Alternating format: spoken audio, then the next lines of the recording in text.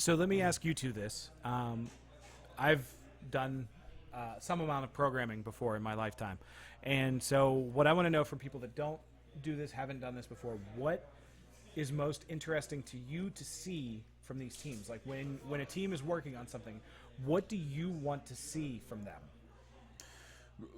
The interesting thing to me anyway is to see you're in here and you see people taking notes and writing on the whiteboard and starting from the ones and zeros that I can make of it in there on the screen. I can see that you say somebody is making something that I will eventually be able to relate to, play, interact with in a way that's easy to understand, and it comes from a place that is, again, to me, somebody who's never developed anything, who has a very basic knowledge of the things going on here.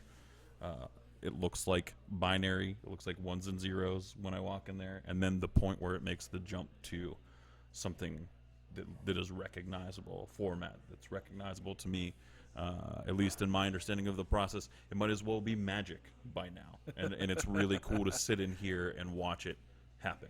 It's still going to be, by the time I get done with it, magic. Yeah. And I like it to stay that way because I Don't find it don't so get involved cool. in game development Right, in any yeah. real way. Right. Yeah, so same thing for me, but last game jam, I expected to walk in after 48 hours and see games that looked like they were pieced together, kind of like golems of games, where it's like, yeah, you're moving, but it's choppy. And both of the games that came out of that looked like games you could play. Like I would play that game. And that's what astounded me. I expected it to be like, ultra simplistic, like the kinds of things that you would play on an Atari or something like that. But they weren't. It looked like simple but modern games. And that I don't know how that happened because I wasn't paying close attention. But they started with nothing and then they ended up with a controller played space game. Yeah, and so I thought what was really impressive last time. So we had the two teams. The one team did a 3D sort of space racer. It had it had gates that you could fly through. Your spaceship got affected by the gravity around it, and mostly it was they got to the point where you could play and finish a level, go through all the gates, and they were now at sort of level design stage. The other game was going to be a 2D fighter, and what was very impressive is Coral was their artist, and he has in the past worked on other 2D games and has a really fast system for doing animations. So he had something like 30 or 40 frames for them to work with in the 48 hours, and they weren't waiting on him at all. He was basically, he would finish his stuff and then wait on them for the next bit that he needed to do because he was so fast at getting this animation to them. So I think what's really cool is you're talking about process.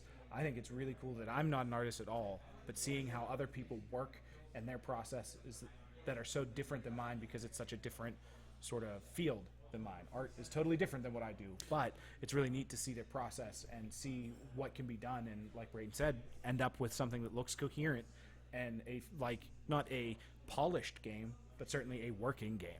Right, and you forget, at least I forget, like how many disciplines go into doing something like this. I think for the both of us, we assume that it just takes a lot longer to make something that's that level of interactive for us, where we could sit down and play a game and interact with the game. I think we just assume that it takes longer to make. Yeah, it might be that actually if you use the right engine, the coding for making a game that I love takes not very much time compared to all the artwork and the storyline design and stuff. But to me, that's the part that I don't know anything about. So